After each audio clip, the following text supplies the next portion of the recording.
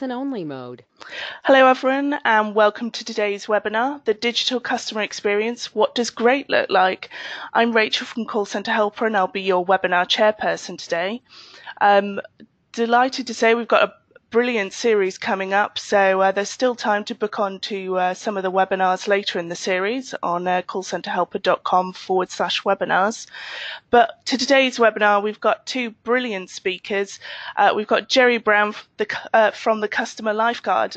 Delighted to have you, Jerry. Thank you, Rachel. Good to be here. And for people who who don't know who you are and what you do, could you just introduce yourself? Sure. Well, my alter ego is the Customer Lifeguard, saving the world from bad customer service. And basically, I work with organizations to help them improve their customer service, deliver great customer experiences. And I do that with a combination of strategy, technology, common sense. I've got some left, so I've got some to spare. And basically, anything we can do, I can do to help an organization deliver great customer experience is what I like to do. So that's why this type of discussion today is very important to doing that. Great. Well, delighted to have you on board and delighted to welcome to his first webinar with us, Stuart Dorman from Sabio. Welcome. Thanks, Rachel. It's great to be involved. Thanks for having me. Brilliant. And for people who don't know anything about Sabio, could you just give a bit of a background? Yeah, sure. So Stuart Dorman, I'm the Chief Innovation Officer here at Sabio, which means I look after our strategy and our portfolio of different technologies that we have. Sabio is focused on the customer service space. We're a technology company, but we work with our clients to help them to use technology to drive brilliant customer service. That's what we're all about. So that covers everything from what goes on in a contact centre, trying to enable the people in the contact centre to deliver great service and to be as productive as possible. It also covers digital customer service. And what we're particularly interested in is the kind of intersection of digital and contact centre. And that's obviously what we're going to talk about today, but that we see that as a great opportunity for organisations to really think differently and bring those two worlds together, and that's a key focus of ours.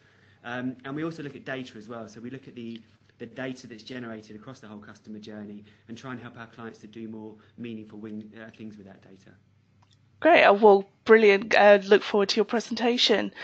Also, just to let you know, I'm sure Stuart will be able to explain a bit more. You've got your Disrupt event coming up on the 24th of April. I know I went to your last one in 2017 and it was brilliant. So, yeah. There's a link to book onto it down here. I'm sure we'll be able to put it into the chat room, which I'll be able to explain now. So the chat room is available to join in the discussion on callcenterhelper.com/chat. You just need to put in your first name, last name and email address. It is in a separate window, but we know a lot of people have bigger screens so that they can run them side by side. The added bonus is that you can download the webinar slides from our two great speakers today, and you can download a chat log of everything that happens there as well. We are taking a recording of today's webinar and it will be available later on this afternoon on callcenterhelper.com/recorded-webinars. So we're asking in our chat room, where are you dialing in from? I'm dialing in today from Cheltenham, where it's actually after the snow at the weekend, seeming quite nice. And Stuart and Jerry, you're both in London. What's it like there? Well, it's getting better, actually. The sun came out for a little while. It's a lovely view here from Sabio headquarters. That's why I'm here, because I like to mix with the important people in the world, so I'm here. But anyway, I was going to say anyway, Stuart and I and Sabio have known each other for many, many years, so that's one of the reasons I was delighted to be part of this with Stu and Sabio. So it's the kind of organization, as you pointed out, Rachel, doing some great stuff in this space, so I'm delighted to be part of that. Brilliant. So over in the chat room, we've got John T in a rather overcast in Monmouth. We've got Anne, who's dialing in from London, Ontario in Canada. We've got another Stuart in Hull in East Yorkshire. We've got Lisa in Grand Rapids in Michigan. We've got Geraldine in South of Ireland. We've got Katie in Florida. We've got Brittany in Washington, D.C. And we've got Kevin in Bedwood in Warwickshire. So we're also asking the question, in a few words, how does your customer satisfaction vary across channels? So is phone best? Is chatbot poor? Is email getting better?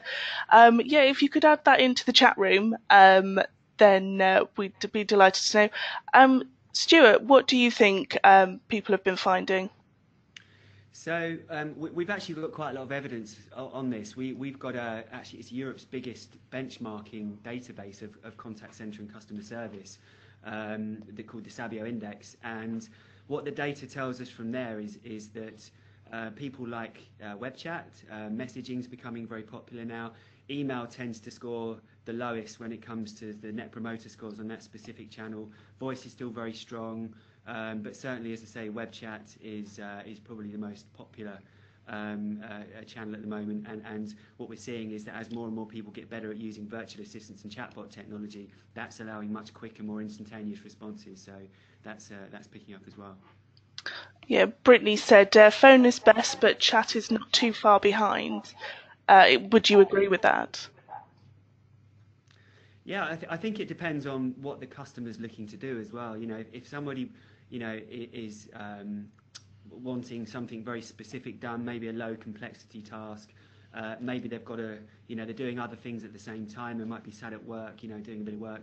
I think chat works brilliantly for that because of the nature of it. You can extend it, you can get a problem solved, but it might take you 10 or 15 minutes when you don't have time to actually engage in the telephone. When it's something more complicated and you need something explained, I think the telephone can work very well. And I think what some of the things I'll be talking about later on is how we can start to augment and enhance the telephone with digital channels as well to allow that, even more complex issues to be explained by using visual means to support telephony. So I think that's quite an exciting development that we'll see more of going forward. Yeah, and Anne said phone is the busiest channel, but web chat has certainly grown. I think it depends on the person contacting us. Some just prefer the chat, other prefers a live voice. Jerry, is that something that you've seen? Yeah, I think what Stu said and what I'll be talking about as well when we start is really the important part is how well these are integrated, meaning that if you start on one channel, as a lot of people do, and whether that's voice, wherever that happens to be, the ability to make sure that you are adequately supported if you decide to go somewhere else is very critical. And most of the time when customer satisfaction is down, it's because that connection isn't there. And as I said, I'll be talking a bit more about that as we go on. Great. Well, I'm sure we look forward to that. Kelly said, we're not using chat yet. Phone is all we have, but it's hit or miss in terms of satisfaction. Stuart said, varies by department. Phone we find is best. Chat is okay. Email not great, but improving. We also have the option of face-to-face, which is by far the best, but not practical for all.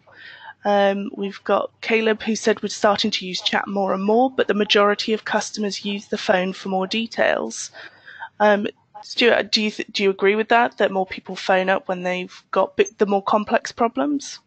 Yeah, that seems to be what the data shows us, is that, a lot of people are investing quite heavily in digital channels with a view to try to bringing down voice because we know it costs money to have people on the end of the phone. And we are seeing some quite significant reduction in voice in certain channels. So, we call it peak voice. I think we've probably reached peak voice now where we see more contact centres reporting forecasting declining voice in the near future. However, I don't think it will decline at the rate that people think it will. I think voice, it's such a convenient channel. We're so well geared up now to deliver great service over it. And, people want convenience. They want their problem solved quickly. And voice is still the best channel to do that in most cases, I think. Great. Well, delighted we've reached the top of the hour. So, as I was saying, delighted to welcome everyone to today's webinar, The Digital Customer Experience, What Does Great Look Like? I'm Rachel from Call Centre Helper, and I'll be your webinar chairperson today.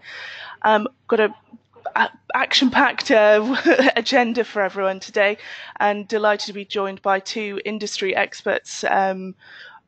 We've got Jerry Brown, the customer lifeguard. Welcome to the webinar, Jerry. Thank you, Rachel. And as another introduction to yourself, explain who you are. Well, I've been doing this for a while, as I say in most of my presentations, especially those where people can see me, that this isn't makeup. So I do have the scars to prove it. But I guess I've seen a tremendous transition in the time that I've been involved in this business and working for many years in Canada and now in the UK, and really seeing how, I guess, the whole customer experience, customer service environment has changed. But I think one of the things that is still true, and Stu touched on it moments ago, is the fact that people still like to talk to people, and I mean that literally. And despite the prevalence of some of the newer technologies, which I think are really useful and valuable, but I think people love that social contact. So I think we're going to continue to see people talking to each other. And basically what I like to do is to help organizations find out how best to maximize those communications, making sure we've got the right things in the right place at the right time. Well, we look forward to your presentation and delighted to welcome to his first webinar with us, Stuart Dorman from Sabio. Welcome to the webinar. Thanks, Rachel. It's great to be here. Thanks for inviting me. Brilliant. And for people who don't know who Sabio is, could you give a bit of background? Sure, yeah. So Sabio is a company that's entirely focused on helping the market, helping our clients to deliver great customer service. We do that through the use of technology. We're a technology company ultimately, but all of our technology and all of our expertise is focused on enabling brilliant customer service. And we do that by focusing on a few different areas. So first of all, enabling better service to be delivered through the contact center, through people. Secondly, through enabling better digital experiences by enabling websites to work more effectively from a service perspective, but also crucially plugging that into the contact center and making sure that the intersection of those two worlds is as tight as it possibly can be. And then thirdly, looking at data and insight and drawing up all of the information and data that we get from the different touch points that the customer engages with, and trying to make that information useful to deliver better experiences. Brilliant. Just to let everyone know, we are taking a recording of today's webinar, and that will be available about an hour after the webinar on callcenterhelper.com/recorded-webinars. Just a reminder that there is already a very active discussion going on in the chat room. The address is callcenterhelper.com/chat. You just need to put your first name, last name, and email address in. It is in a separate window, but you can run them side by side. And a few added bonuses is that there is a copy of the slides available to download in the chat room, and you can download a copy of the chat log. And another great bonus is that we are running our usual champagne or box of chocolates, or even an Amazon gift voucher for the best tip. You just need to write #question to ask the panel a question, or #tip for a tip. So want to start today's webinar with a poll, which is what is holding back your digital experience? It is multiple choice, so integrating systems, integrating people, integrating departments, integrating process or policy, or obtaining budget. So I'll just launch that one now. Stuart, what do you think is going to come out on the poll? For me, I think it's probably integrating departments. I mean, what we really see as a big challenge is the digital teams working effectively and truly understanding the contact center world. And I think I think that's the real barrier that's holding back this brilliant omni-channel experience that most organisations are striving for. I will close that down and share the results with everyone. So we've got a sample size of 153 people. So 52% say integrating systems, 36% say integrating departments, 27% say process or policy, 23% say people, and 17% say obtaining budget. Joe, was that what you were expecting to see? Absolutely. I think one of the things that I'll touch on in here, and certainly that I've spoken about many times in the past, is this whole issue of systems, and specifically so many organizations have great ideas, great plans, great people, and really want to do stuff, but unfortunately the systems don't let them do it. And if they're sitting there with legacy systems, I think almost anyone in our business knows that if you said to someone how many different systems or how many different databases, whatever you want to whatever you want to call them, are you operating? It's certainly in double figures, and quite often in many, many double figures. So I'm not at all surprised that this was the top one. And I think too, if you look at integrating people and integrating departments, there's probably those two things kind of come together, and that is again something I'll talk about as we go forward today, because that is another issue where whether systems may be nicely integrated, but if you've got people and departments operating in silos, then it becomes very hard to make the whole digital and customer experience work. Well, I think that's the perfect opportunity to pass the baton over to yourselves, so I will make you the presenter. Great.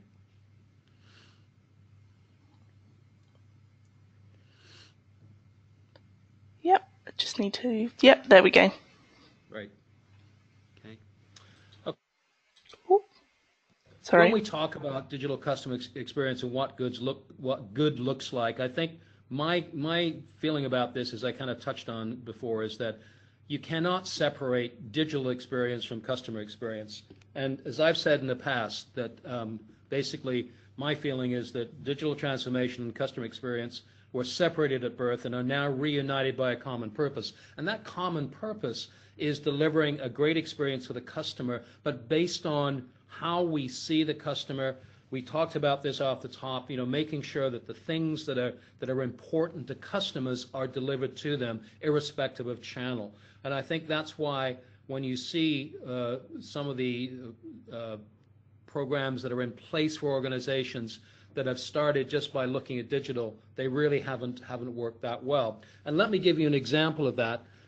We talk about a seamless experience, and I think we hear this a lot when organizations are telling us, customers want a seamless experience, which of course they do. So this is an example. I'm just going to run quickly through. These are 4 examples of apps that I have on my phone. And I've been doing this for quite some time now. What I do is I look at an app on my phone, and just so to identify them, I have one from BA, I have one from B&Q, one from Air Canada, and one from the last one I've got is from, I'm trying to think which company that is. I was going to say it's B&Q, but it's basically looking at how these organizations handle a situation when they say either contact us or help. So you've gone to the app, you've logged in, you've authenticated, it knows it's you, it knows it's Jerry Brown, and then I go and say, oh yes, I want to contact them, I want to check on a booking, I want to check on an order, whatever it happens to be. And what you see here is just a phone number. So if I was to go ahead and dial one of the phone numbers, they wouldn't know me, they wouldn't know what my situation is, they wouldn't know what was going on. And for me, this is a big issue, because if I'm going to take the time to download the app, to log in, to do all of that, and then I want to call you, you better know who I am and what I want. And the frustration is for both parties is it's taking time and effort for both of us to go through that. So if that contact center advisor that takes my call now has to re-authenticate me, it's a frustrating experience for both of us. So what I look at is that this is a report from IDC. And to your earlier question, 70% of digital transformation initiatives will ultimately fail because of insufficient collaboration, integration, or project management. And that's exactly what's happening. So this isn't just on apps. You'll see this too on websites. So quite often you'll go to a website. Again, you would have logged in, you would have perhaps ordered or gone to order some product, and then you run into an issue. And it says, oh, contact us or call us. And again, you'll click on that and they won't know who you are. So to me, this is a major issue. And this is still happening today, because these pictures that I took of my phone are ones that are this week. So this is happening right now. And one of the reasons for this is that digital transformation quite often begins life alone and in a dark room, which is not the best place to start things. And when I say that, what I'm talking about is this. Organizations like to think, right, we've got these really great people that can develop digital capabilities for us. And they send them off to develop these apps. So someone built those apps that I described or showed you a little while ago. The app itself is probably pretty good. It does lots of things. It allows you to book stuff and all that. But in terms of integration with the rest of the system, it isn't. So when I say it's alone in a dark room, that's really what I'm talking about. So it's absolutely vital that when you're looking at developing digital capability, you do this in conjunction with, collaboration with, whatever words you want to use, with the rest of the organization. And I think this is one of the things that I see here, and I don't know what you do, but I think this is one of the things, I think, from an organization perspective, that's what you look at. Definitely, yeah. I mean, one of the approaches that we see digitally focused, web developers and so on take is a very typically a very big focus on user-centered design, and that includes going out and doing user research, A/B testing, different scenarios. But typically, what those individuals don't do is go and sit in the contact center and listen to calls and understand the result of demand failure. And I think that would really contribute towards them understanding where the web was working, where it wasn't working, and ultimately, drive better digital experiences off the back of that. And what you end up with is this quote from one of my favorite movies, which is Cool Hand Luke, which is where the warden, every time he has a problem with Paul Newman, who plays Luke, he says to him, what we've got here is a failure to communicate. And that's really what it is. We're just not talking to each other. And I think if you're looking for success, to have a great customer experience and digital transformation, you really do have to get people together and talk to each other. And irrespective of where you start out, and as Stu mentioned, the contact center is a great place because those are the people that know where the bodies are buried and can provide a detailed map. So they always know what's going on. And what we're aiming to do is this. One of the things I talk a lot about is culture. And what I'm suggesting is that what we're looking to do from the very beginning is we want to create a culture where customer experiences are consistent, intentional, and are based on simple principles. And that's been my approach to customer experience for a long, long time. And just to really briefly touch on this, Rachel and John, you will have seen this before, and anyone that read any of my stuff knows that I'm a sucker for principles. But these are four things that I think both in any kind of development or any kind of transformation you have to look at. The culture of the organization, how we communicate within and outside the organization. Do we have commitment, not just from the top, but right across the business? And community is another one, because when you're doing this kind of stuff, getting the organization together, getting the organization behind you as a true community is absolutely vital for this. So these are four principles that we won't spend a lot of time on today, but they all come into play when we're looking at how we create these great digital experiences. And applying these can help answer the next question which you're going to have, which is, does everything have to be digital? One of the things that I've seen in a lot of businesses is that because someone sees something, they go to the CES show in Las Vegas, they go, wow, look at all these great toys. We need to have everything digital so that we can address the market. Well, that may be true in some businesses, but it's not necessarily true for all businesses, because one of the things I mentioned earlier is that if you don't have these things connected, then what's the point of having a really whizzy app if when the customer runs into problems, they can't connect to the contact center? So while it sounds like a great idea, you really have to think about it. And one of the great things about when we'll talk about this again in a minute, and I know Stu will talk about this later on, is the fact that most of the systems now allow you to really go at a pace that works for you. So if you're thinking of deploying a cloud solution as an example, or a platform that allows you to do many of these things, you can turn these things on as you need them. You don't have to have a big bang approach. So this is why I think this is a thing to do. And the question is, do we all want to talk to a chatbot named Gladys? Now, we might want to, and I'm not disagreeing that it's a great idea to have the chatbots, but we may not want to do that, so we have to think about that. So the point is, Stu again mentioned this briefly a moment ago, are we ready for failure demand? Because failure demand, as you'll see by this particular survey as well, which I think pretty much supports the things that Stuart was saying, this is showing interactions in digital channels and how often they're successful. And what this study looked at, it was done in 2016, and really what it looked at is the major digital channels. So web self-service, mobile, live chat, communities, and social media. And you can see as it goes down, the number of interactions that weren't successful. And I can give you a bit more of a snapshot. So in this case, 54% of web interactions failed. So that means I've gone online, I've tried to do something, and I haven't been successful. Now I have two options. I can either bail out, so I can just leave my cart there, so cart abandonment, which is a big issue, or I do what, of course, a lot of people do is contact the contact center. And if they can't help me, if they're not able to, oh, let me see what you've ordered, Mr. Brown. Oh, yes, I see what you've got. And more often than not, that doesn't happen. Then it's going to continue to happen. And then if we look at mobile, 66% of mobile interactions fail. And again, many of us are doing things like ordering product or doing things when we're sitting in the train in the morning, hopefully not driving, but sitting in the train in the morning. And we like to do it that way because that's easy for us to do. Well, if 66% are failing, what's going on here? And again, if we're not able to support that, then we're in trouble. And the same thing is true of live chat. 63% of live chat interactions fail. Now, why is that? Well, one of the things that's absolutely vital to me for live chat and for any of these is, again, comes back to this idea of integration. Systems integration, but also people integration. Many of the live chat deployments I've seen, I'm not used to, but a lot of them I've seen have been where they've outsourced it, which is understandable. If you're not quite sure about it, it might be a good idea to say, well, let's just outsource this for a while, check it out, and see if it's okay.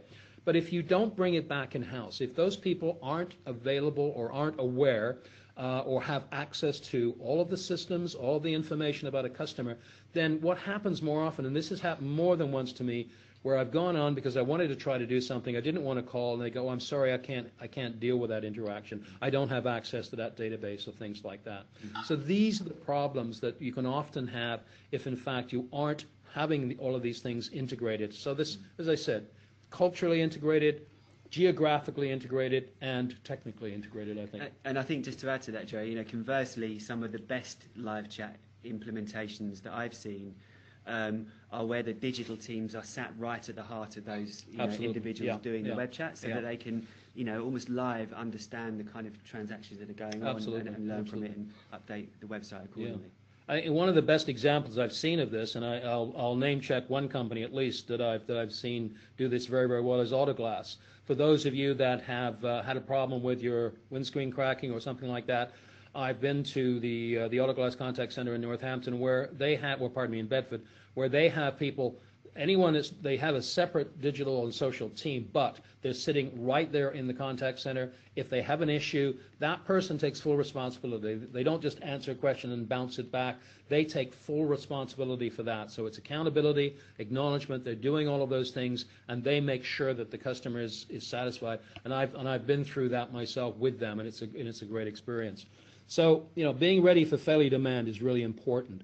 And basically what we need is this joined-up approach. So we talked about this, and I guess I am beating this one to death because it's absolutely important that we do.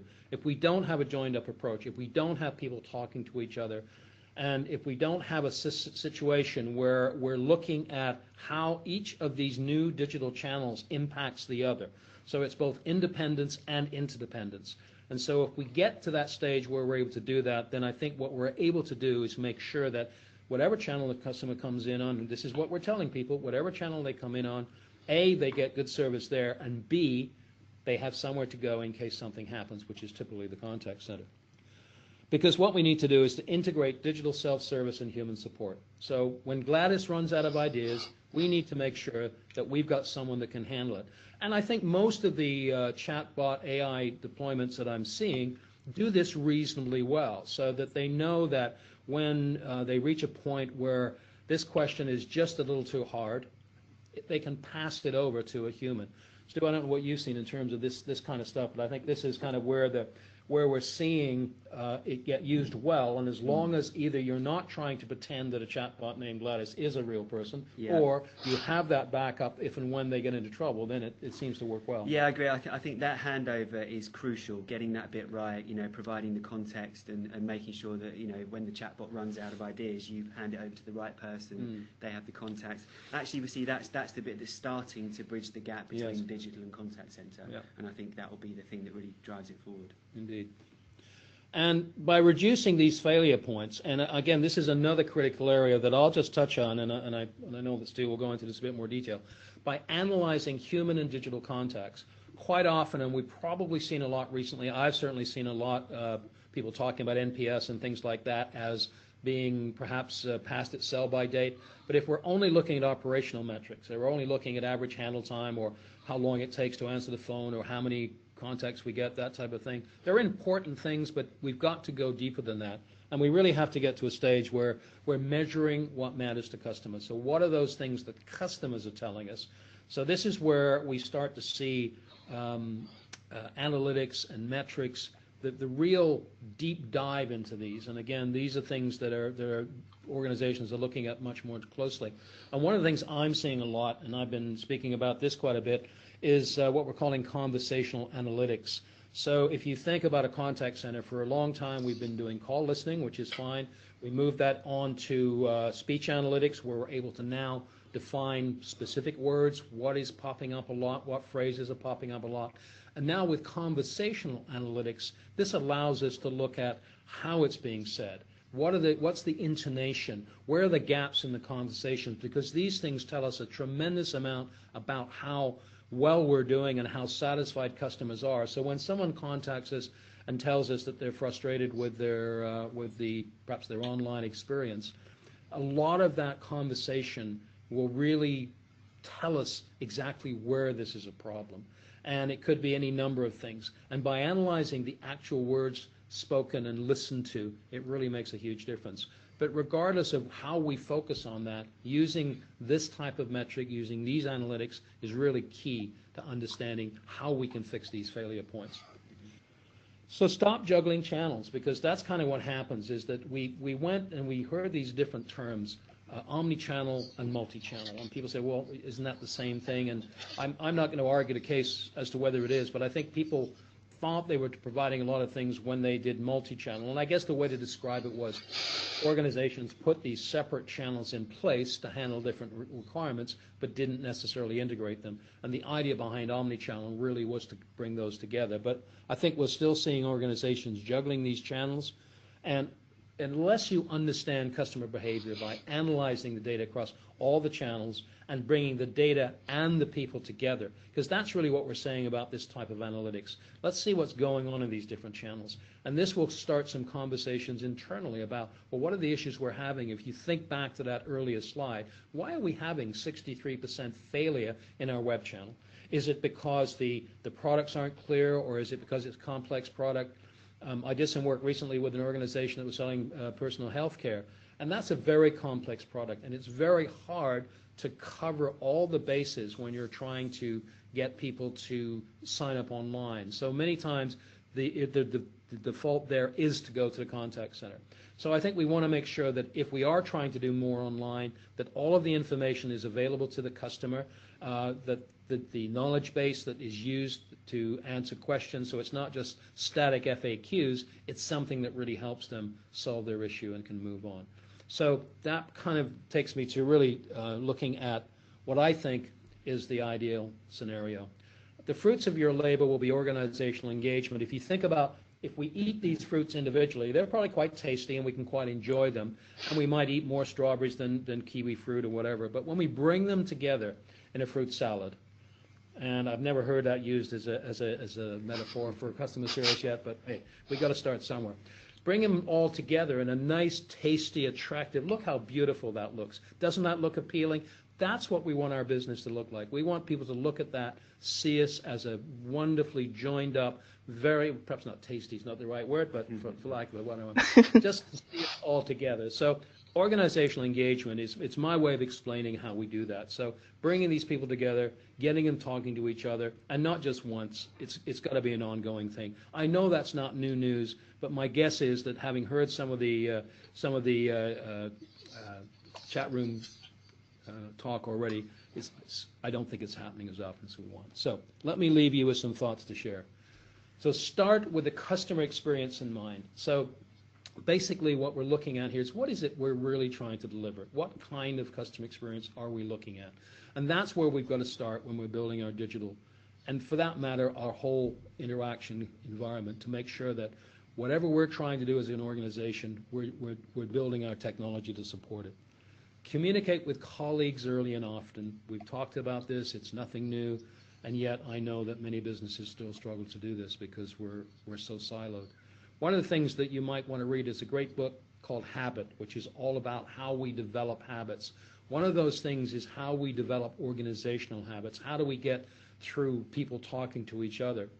And it's written by a guy in the U.S. who basically started out life as a journalist and saw so many bad situations come up that he talks about this throughout the book, how things happened and how working with colleagues really starting to talk, get out of the silos, get into different habits, change things.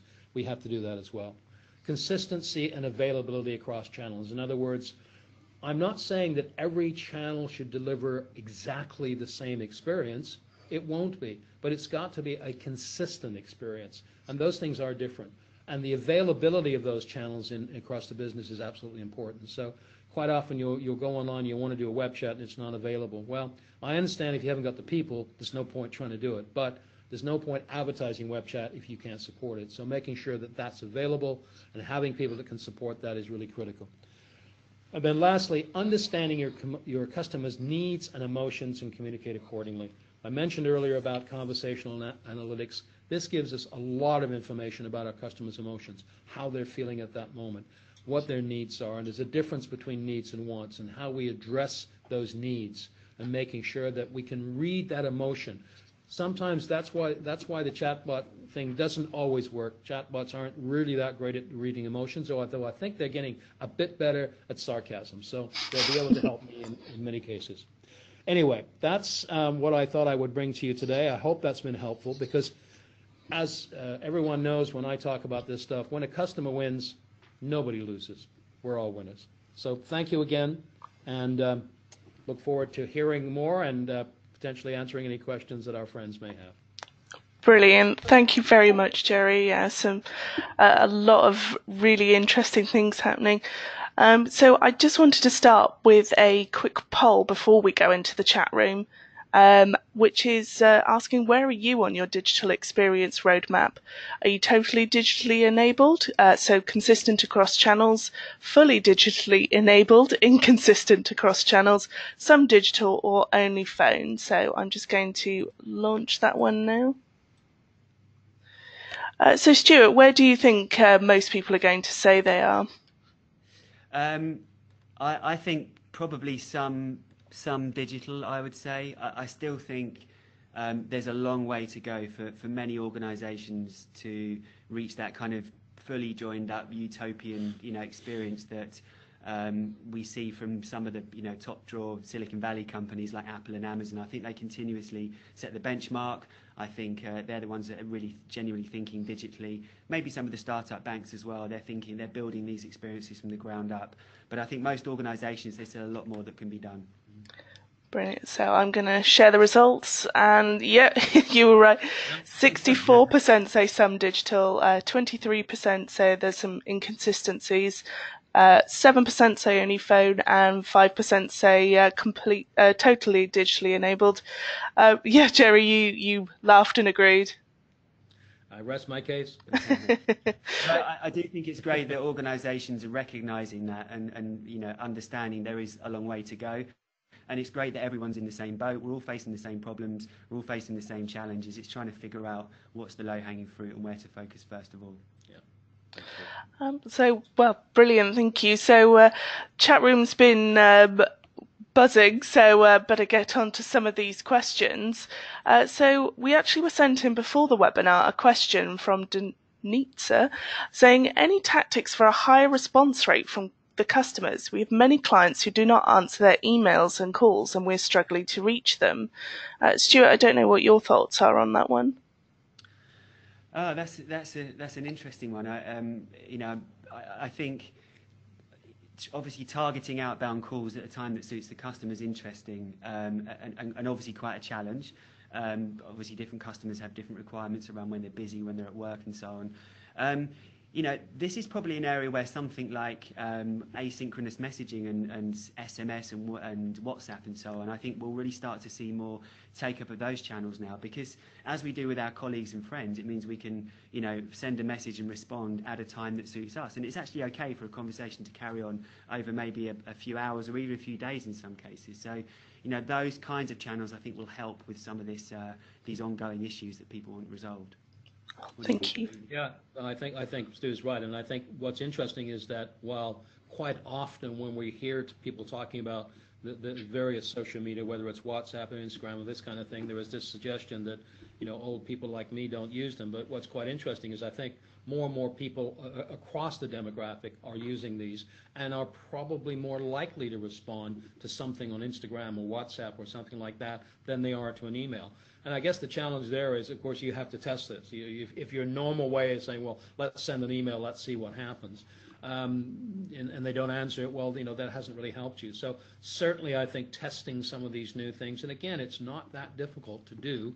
I think the nice thing about this is the people in your contact centers, especially these days, you've got people that are very comfortable, very really knowledgeable about all these things and can work with them very well. So I think you've got a good chance of getting adoption in the contact center and therefore getting people to use them more frequently.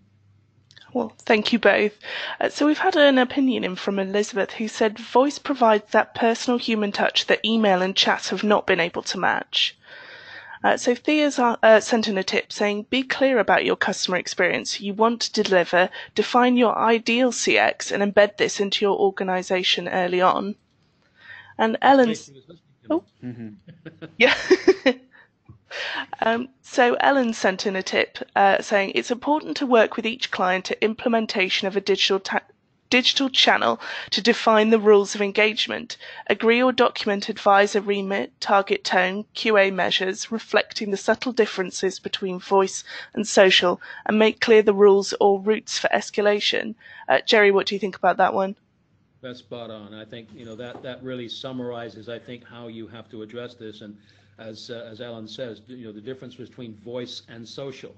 I think this is one of the challenges organizations have, but it's also a nice one to have, because what you're able to do, you're creating opportunities for people within the contact center, if that's, as long as we're going to continue to call that, but people who are creative and can deal with both. Because I think a long time ago when this first started to happen and people said, well, we can't have the same people answering email or answering phones because they don't have the same skills. Well, actually what we have to do is help them, train them if they don't already have them. But what it does, it makes it a much more interesting place to work. So the ability to respond in a positive and empathetic way to a voice call and be able to do the same thing on chat or email or something of that nature, that's a real skill, and it should be celebrated and great value attached to it. Thank you. So Paul sent an opinion saying, we're just trialling chat, small scale for now. This is very popular, but our queries are complex, so advisors struggle with more than one chat at a time. I know that we've got several articles on the website of the numbers of the optimum numbers of chat to run at a time.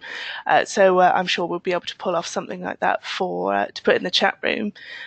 Samuel said he's got a tip. An omni-channel solution that delivers all the required digital channels in one application is a huge benefit. Simple agent interface equals better customer journey. Stuart, would you agree with that?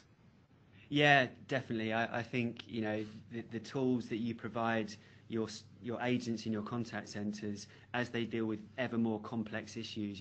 As digital takes away some of those lower complexity tasks, the role gets more complex, and therefore they need the right tools to be able to respond in the right way. They need knowledge at their fingertips, and the user interface that they engage with the customer through is absolutely key to get that piece right, no doubt. Fab. So Sarah sent in a tip saying, get your agents involved in the journey so that they're excited to deliver the best customer experience using the new digital technology that they've helped to integrate. So we've got a question from Kevin saying, how do we ensure we have an emotional connection and create a memorable experience when moving from the phone to digital channels? Jerry, I don't know whether you wanted to take this one. Well, when we talk about emotions, and I did obviously do that, it really is about addressing the emotion in the first place. Many businesses that I work with, especially in the regulated industry, so if you're looking at people that are FCA regulated or SEC regulated in the U.S., it's one of those things where you have to be aware of how you respond to that immediate request. So if someone's calling in a difficult state, perhaps they've had a bad event happen to them, either personally or through a family member. This could be to an insurance company or an accident or something like that. Dealing with the emotion first. So whether it be a phone call or a web chat or whatever it is, if you're able to do that, what that allows both the caller and the advisor to do is get to a level where now you can help them in a much more valuable way. But if the first thing you say to them is what's your policy number or what's your membership number, whatever it is, you absolutely just make it much more harder for them. So I think that's fine in the voice environment. If you can do that in a digital way as well, so clearly if you've got that ability to say the same things in a web chat, say the same things in an email and so on, then that's going to be helpful. So it's coming back to what we were saying earlier. How do we take that experience and make it consistent? It's got to feel good if I'm talking to someone. It's got to read well if it's a written communication, and it's somehow going to make sure we get that emotion over. So that takes a little work, but the end result is definitely worth it. Okay, thank you very much. So we'll come back to your questions and answers, or questions and tips in a bit. I just want to launch a poll before handing over to Stuart, which is, over the past 2 years, how has your company's customer experience changed? Is it much better? Is it somewhat better? About the same? Much worse? Or much worse? Somewhat worse or much worse? So let me share that one. Jerry, I don't know what you think is going to come out. Well, with my glass half full in my hand, I'm somewhat cynical sometimes about this, because I think I've seen, as I said earlier, having done this for a while, that despite all of the things that are going on, and we're obviously trying to do our best today to help people, it's still a challenge for many businesses. And I think that I would think that it would be somewhere between about the same and somewhat better. I think that's kind of where I think it's going to fit, somewhere in that area. I think, just to add to that, for me it's a relative measure as well, because you may have improved your experience over the last couple of years, but have you improved it as much as not just your competitors but the other players that people are engaging with in the market? And if they've all leaped ahead and done something very innovative and new, then you're continuously playing catch up. Yeah. So I'll share the results with you. Yeah, actually, Jerry, you both of you were spot on. 34% for both somewhat better and about the same, with 22% of people saying much better, 9% saying somewhat worse, and 0% saying much worse. So well done, everyone, for that. Stuart, positive for that? Yeah, I mean, it's great to see that things are heading in the right direction. I think we do see service improving year by year, year on year. I think all of us are trying to, head in that direction. The question is, are we doing it quick enough, and are we keeping up with the people that are setting the benchmark? And that's the relative nature of it, I think. And I think that, just to add to that, I think one of the focuses of my work lately has been, and I kind of come back to what I was talking earlier about this book called Habit. It's really about finding what, in the book, he talks about small wins. I talked about small victories, marginal gains, whatever you want to talk about. And I think this is very valuable in this area, because I think that what has happened is that customer experience has become a bit overwhelming, and there are a lot of moving parts, there's no question about it. So I think being able to focus on one or two areas to both gain support throughout the organization, look at results that are positive, and hopefully, whether that's cutting cost, increasing sales, whatever it is, if people are able to do that, identify those real areas where we can get in and do some work quite quickly. And I know people sometimes poo-poo the idea of quick wins, but I think whatever you want to call them, having that, it's like individuals. If we're, in the new year, we all go on a fitness program. Well, if we start to see some small results, we lose a couple of pounds a week, we start to run a little faster and a little farther, it does amazing things for us. And I think the same is true in business. Brilliant. So yes, delighted to hand over the baton to Stuart Dorman from Sabio for your presentation. Thank you. Thanks, Rachel. So I guess just to start with, given the focus on great digital experiences, I think for me, the starting point is to think about design and think about the tools that we have available to us to create those experiences in the first place. And if we jump back to sort of the 80s and 90s, we saw an explosion in contact centres in the UK, driven through the availability of telephony and the telephony user interface. At that time, the UK was the biggest market for contact centres outside of the US. It continues to be one of the largest markets in the world.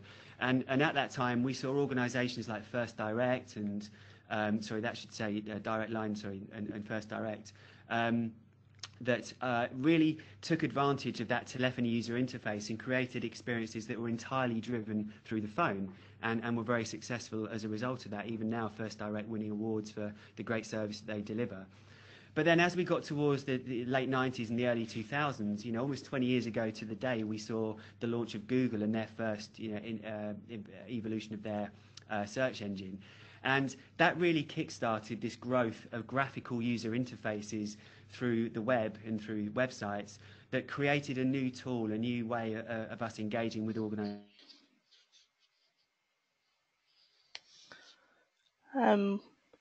We appear to have lost Stuart at the moment.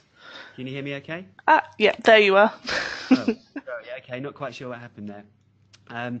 So yeah, I was saying that the graphical user interface came into being in the early 2000s, and it meant that we could start to use the web to engage with organisations, and it also saw the birth of organisations like Amazon and eBay, again still leaders in their field today, but created entirely new ways of engaging in commerce and customer service. Sabio started around about that time specifically to cater for customer service and contact centres and digital, and that still remains our focus today. And then towards the late 2000s, early 2010, we saw the launch of the iPhone and a whole copycat, series of smartphones. And that led to the mobile user interface, which is sort of dominated by these touchscreen devices that we all use today, and the launch of mobile applications. And again, that drove entirely new ways of us engaging in customer service, engaging in commerce. We could access the internet, and we could do things that we could previously only have ever done, either sat behind a desk or picking up the phone. It led to organisations like Uber and Atom Bank that built businesses entirely based around these new user interfaces through touchscreens. And obviously, the organisations that came before that continue to evolve and develop their UIs to cater for that. And we're now right on the cusp of a new type of user interface to be delivered today, and we call it conversational user interfaces. Some people refer to it as AI, but more specifically, it's a conversational user interface made famous by devices like the Alexa and Siri, but increasingly we're seeing that embedded in different parts of the customer journey, on websites, on the end of the phone, and so on. So if we look at the impact that had on the contact centre, if I had a problem to solve, back in the 90s, I'd pick up the phone, I'd use a telephony user interface, and I'd speak to somebody in a call centre, and that individual would typically be able to solve most of my problems without me having to go to a branch. But then over time, as the web got better, as people got better at delivering graphical user interfaces, it meant that I could do more over the web. I could start to access, services, I could solve my problems, I could, carry out certain transactions. And what that did was start to eat away at these low complexity tasks within the contact centre. So the overall volumes got less, but the types of tasks carried out by the contact centre tended to get more complex. And then obviously we saw the mobile and the smartphone UI, and again, that drove further inroads into these low complex tasks. Think about, when you used to try and find a train time, for example, that used to involve picking up the phone and calling somebody, maybe speaking to an IVR. Now I can do that in a few seconds through my smartphone. I can check my balance. There are so many things that I used to do, via the phone that I can now do very simply through a smartphone app. So again, eating into those low complexity tasks, and more complex stuff being left at the contact centre. And as I mentioned, we're now right on the cusp of AI-driven conversational user interfaces that will allow us to do more and more through more sophisticated UIs. And again, that will start to eat into some of the tasks that are carried out by the contact centre. That's not to say the contact centre is dead by any means. Arguably it's more important than ever. And as we see branch closures, we're going to see more and more tasks to push through the contact centre. But what it does mean is the role will become more complex. As we touched on earlier on, that the lower value transactions will be taken away by these other user interfaces, leaving the role of a contact centre agent becoming more sophisticated and more complex. Any thoughts on that, Jerry? Well, I think this is, what you were mentioning about the smartphone is absolutely right, and that's why I felt it was so important to make sure that if people are, and we know they're doing more things on the smartphone, if that connectivity isn't there when they have a problem, then all we end up doing is upsetting the customer. It costs the organization more time and money because now they've got to try and recover from a difficult situation. So I think it's going to be important there, and certainly as we move into conversational UI, because again, the same thing's going to happen. We, as I pointed out, we will reach a point where perhaps that interaction is past the capability, or where you want as an organization the AI to take over. So making sure that however you move that through, whether you move it through the web chat or move it through to the call center, all of that information has to go with it. And of course, as you well know, that technology has been around for a long time. It's not that it isn't here. It's just a question that I see, and as I showed from those examples, of not really taking advantage of it. And I think that's really where we have to make sure we focus. And that kind of brings us on to our disconnect, really, which Jerry's already highlighted, which is the gap between the investment that's going into this green layer here. Organisations across the world are trying to invest more and more in these great UIs, these great digital experiences, but with a view to reducing the size and the cost of their humans, staff in their contact centres. But there's still this disconnect there. They're not joining the experiences up together. And I think the data that underpins that is absolutely key. So one of the things that we really focus on at Sabio is to understand, website leakage and the transition between those different worlds. So if you think about, an organisation today, if one of your customers goes to your website, you can look on Google Analytics, and typically you'll get some great data that helps you understand how many people are using your website, which pages they're using, and so on. Equally, if one of your customers calls into your contact center, you'll get some great data from your contact center, technology platforms, and you'll understand, how many people are picking up the phone, how many people are sending emails, how long it's taking to resolve. So we've got those two areas covered pretty well right now. The real missing piece for me, though, for most organizations that I speak to, is understanding how much demand into their contact center is being muted through their websites. Okay, Google doesn't tell you that. Unmuted. And so there's a big gap in data there, but there's technology that we can use now that allows us to track that journey using certain dynamic telephone numbers, maybe using callbacks or using some newer technologies like WebRTC that allow us to understand which pages on the website people were engaging with and how many of those pages created leakage into the contact center. And we know that, based on some of the data that we've collected, on average, about 60% of the conversations that are taking place right now in your contact center, that customer will have been online first. They will have tried to solve their problem. They probably would have failed. They wouldn't have been able to do it. And they're then speaking to somebody in the contact center. So huge amounts of demand there's coming through. But clearly, as Jerry's already highlighted, that context is being completely lost, both in terms of the real-time engagement from an agent perspective, but also the historical data that allows the digital teams to go on and understand where that data is leaking and which pages are causing it. Yeah, I think it's interesting that that percentage that you put out is kind of meets with what I was saying earlier, and I think that's a frightening number. I think when you look at it, is that if we're doing our best, we're spending all this time and money on websites and app development and user design and all of this kind of stuff, and still 60% of it's really quite a frightening thing. And again, I think it comes back to, what is it going through that process with because quite often when I have a tough time on a website, I do get a little bit bent out of shape and quite often say to, that somebody, as I said, someone's doing this in a dark room. They're not doing it either in discussion with their colleagues and certainly not in discussions with customers. So you're right, Stu. It's absolutely important. And that we can identify it. At least that's a great place to be, where we now know where it's happening, perhaps why it's happening, and now we can start to fix it. And I think equally frightening. I like the word you used there, Jerry. Equally as frightening. We're just doing a project at the moment with one of our clients in the utility sector, and what they're seeing is that only 10% of their customers are going to the website first to try to self-serve. Then the remaining 90% are just picking the phone up straight away. Yeah. And it may be they're going to Google first, it may be they're getting a letter or something like that. we need to do some more investigation in that space. But having spent millions of pounds, trying to create these great digital experiences, and only a very small number of customers choosing to go down that route, that's equally as concerning. But that data is critical to switch the lights on and enable that understanding.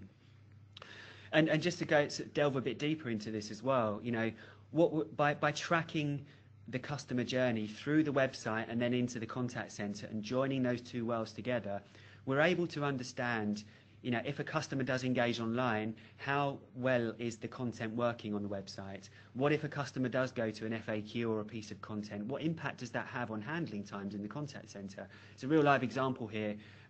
This was from the insurance sector. We could see that for those people that tried to do something online, even if they failed, it had quite a significant reduction in the handling time of the call when it hit the contact center.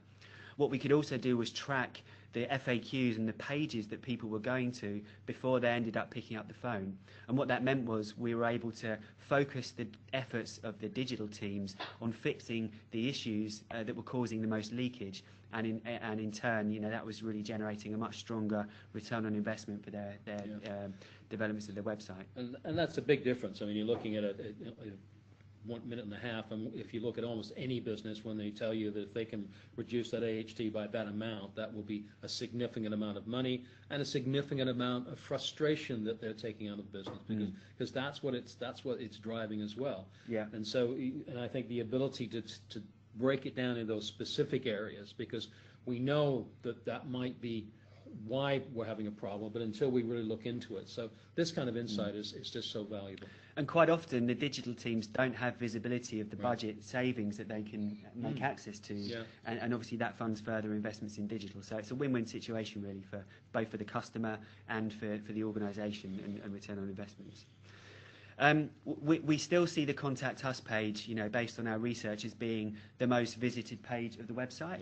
Yeah. Or at least in the top sort of 2 or 3 most visited pages. Often that's a bit of a no man's land. The digital teams don't really have much control over it. They normally use it as a place just to put phone numbers. The web teams, the contact center teams, even though it generates the most amount of demand into their contact centers, they don't really have much say on how to control it and maybe how to do smarter things there to direct the customer in certain ways. So the Contact Us page is a crucial funnel into the contact center that needs to be a lot smarter in our view. And I think the other important thing is to understand contact channel usage. So Jerry touched on some of this earlier on. Most organisations don't fully understand the cost to serve across each of the channels that are offered through their digital channels, and the associated net promoter scores that are against those. So in this simple example here, what it shows, just to pick out one example, it shows that the cost to serve for a contact form or an email, which is what it's generated as into the contact centre, overall costs £10 to get resolved. Yet the net promoter score associated with that in this particular case was -4. So highest cost, lowest customer satisfaction, yet this was the dominant channel that was being offered on the Contact Us page of the website. So it's about being a lot smarter about what you offer and trying to steer the customer through to the most appropriate channel that's better for them and it's better for the organisation. So really getting a grip on these metrics is key. And that's leading to what we call a much more dynamic, a much more conversational Contact Us page, where potentially we can embed virtual assistant technology to have a quick conversation with the customer to understand their intent and what they're looking to do before we give them the contact options. And that allows us to be much smarter about offering the right channel, about who we direct them through to, and about pushing self-service where it's appropriate. And it's a much better experience from the customer. And what's absolutely key as well is that if we do that, as Jerry highlighted earlier on, we can take all of that context and then present it to the agent in the contact centre so that they can immediately greet the customer, they know who they are, they know what they're looking to solve. So smart Contact Us pages is an absolute key focus, we think, for most organisations that really want to do this well. Just the last piece as well is not just thinking about digital as the primary touch point that the customer goes through. So yes, a lot of your clients, maybe up to 60% are going through the website first before they pick up the phone. But there's still maybe 30, 40 or 90% in the example of I gave earlier on of customers that are just picking up the phone, whether it be through a letter that you sent them or maybe Google are pushing the number to them. But that doesn't mean those customers still can't engage in digital. So there's some really interesting technology that's evolving now, kind of moving on from, we saw this excitement around video chat a few years ago. We now see assisted digital, as we call it, as kind of superseding that. And what this allows us to do is to start with a telephone call, but once we're speaking to that customer, we can very easily push them a link to a website where we can share content with them, and we can push information to them. And this works particularly well when your contact centre is dealing with complex issues, maybe trying to position complex products. In the example you can see here, this is a mobile telephone option where the agent in the contact centre is trying to position different data packages and bundles and mobile phone options to the end user. Really difficult to do that over the telephone. Much easier if you can do that by an associated assisted digital channel that sits alongside that. So I think this is a really exciting development. We're seeing a lot of interest in this at the moment, and I think this is an area where we can really help our contact centre agents deliver a much richer experience by leveraging digital capabilities as well.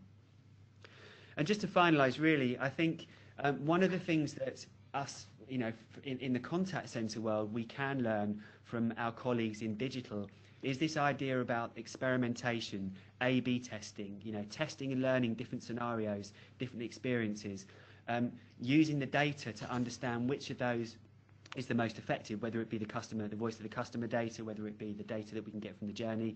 But running A/B testing in the contact centre is a relatively new concept, but it's a very successful way of evolving experiences and continuing to drive forward service. I think this is what I was sort of leaning towards when I was talking about the small wins, the marginal gains.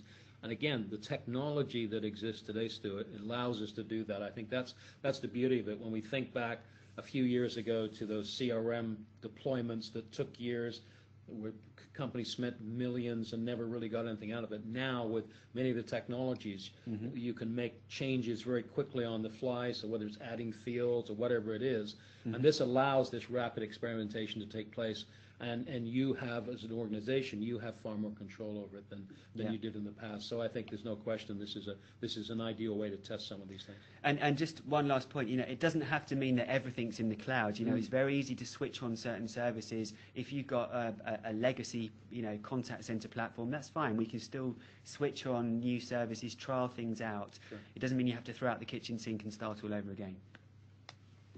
Brilliant. Thank you very much. A lot of information to take in. So thank you very much for sharing that with us. I just want to launch a poll to ask everyone if they'd like to see a demonstration of the Sabio solution. So I'll share that on the screen now.